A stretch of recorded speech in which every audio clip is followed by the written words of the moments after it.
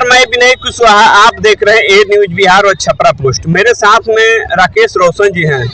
अभी यहाँ पर बैठे हुए हैं। जन सुराज का यहाँ पर कार्यक्रम था। बिहार बदलाव यात्रा के क्रम में प्रशांत किशोर जी यहाँ से अभी कुछ दिन पहले निकले हैं और यहाँ पर उन्होंने उपस्थित लोगों के बीच में जो प्रशांत जी का जो संदेश है उन्होंने लोगों को बीच में समझाया है, बताया है आखिर उनका जो संदेश है, उनका मिशन है, उसमें कितना % सफल है इस कार्यक्रम में। पहले आपका ए न्यूज बिहार में स्वागत है। सर बताइए कि प्रशांत जी अभी कितना % सफल है इस कार्यक्रम में। जी आपका भी बहुत बहुत स्वागत है। जैसा कि हमको पता चला आज कि परसा में प्रशांत किशोर जी का प्रोग्राम है, तो कोई न कोई कारण होता है। किसी भी नेता मंत्री की बातों को सुनने के पीछे कोई कारण होता है। मैं आपको बताना चाहता हूं कि मेरे प्रशांत किशोर जी का भाषण अपना ट्यूशन छोड़कर और यहाँ सुनने आने के पीछे मकसद क्या है। देखिए, आप एक टीचर भी हैं। जी, मैं एक शिक्षक भी हूँ, प्राइवेट शिक्षक। बच्चों को ट्यूशन कराता हूँ और प्राइवेट स्कूल में पढ़ाता हूँ। तो मेरे आने का यहाँ कारण क्या है, मैं इतिहास में 2 आदमी को बहुत मानता हूँ और उनको जानता हूँ। एक आपने सुना होगा, रजनीश ओशो।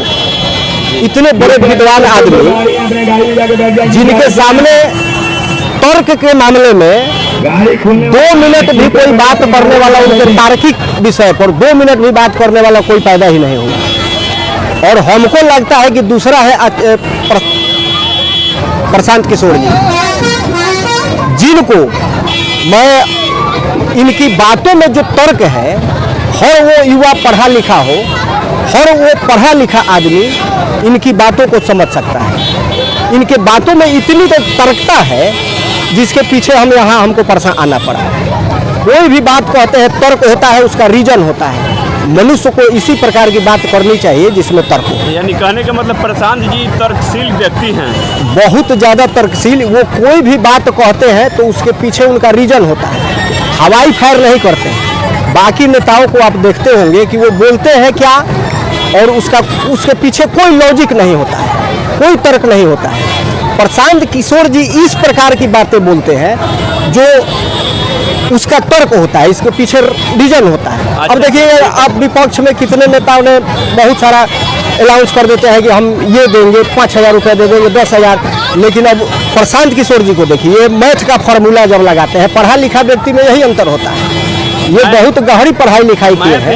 प्रशांत जी के बारे में कहा जाता है कि वे आंकड़ों के माहिर व्यक्ति हैं। जी, आंकड़ा उनके पास रखते हैं तब भी बोलते हैं, ऐसा कहा जाता है। लेकिन बिहार में जो समस्या है, बिहार में आप देखते हैं कि आप प्राइवेट विद्यालय में शिक्षक हैं, कोचिंग चलाते हैं, सरकारी विद्यालय के शिक्षक, सरकारी बैंक के कर्मचारी, सरकारी हॉस्पिटल के कर्मचारी, वहाँ पर जो भी होता है, अपने बच्चों का इलाज कराना होता है तो सरकारी प्राइवेट हॉस्पिटल में जाते हैं। बैंक में खाता खुलवाना तो प्राइवेट बैंक में जाते हैं, और बच्चों को पढ़ाना हो तो बच्चे प्राइवेट विद्यालय में जाते हैं। आखिर क्यों ऐसा? इसीलिए है, उनकी व्यवस्था वो समझ रहे हैं कि हमने किस प्रकार की व्यवस्था की है, ये व्यवस्था हमारी काम आने वाली नहीं है, तो वो भी प्राइवेट की तरफ ही भागते हैं। यही कारण है। वो जान रहे हैं कि हमने जो व्यवस्था किया है वो व्यवस्था,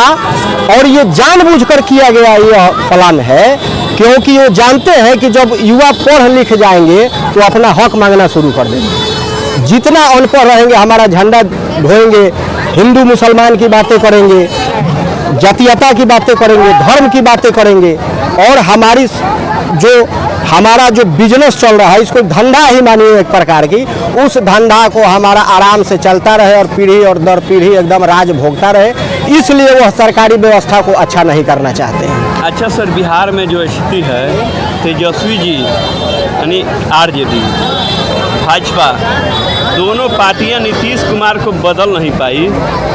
प्रशांत जी कैसे बदल पाएंगे? जी देखिए, इसके पीछे अगर बात किया जाए तो बहुत लंबी बात हो जाएगी। मैं आपको शॉर्ट में बताना चाहता हूं कि प्रशांत किशोर जी के अगर बातों में ध्यान दीजिएगा तो हर वो क्वेश्चन जो आप हमसे पूछ रहे हैं वही जवाब उसका देकर अभी चले गए।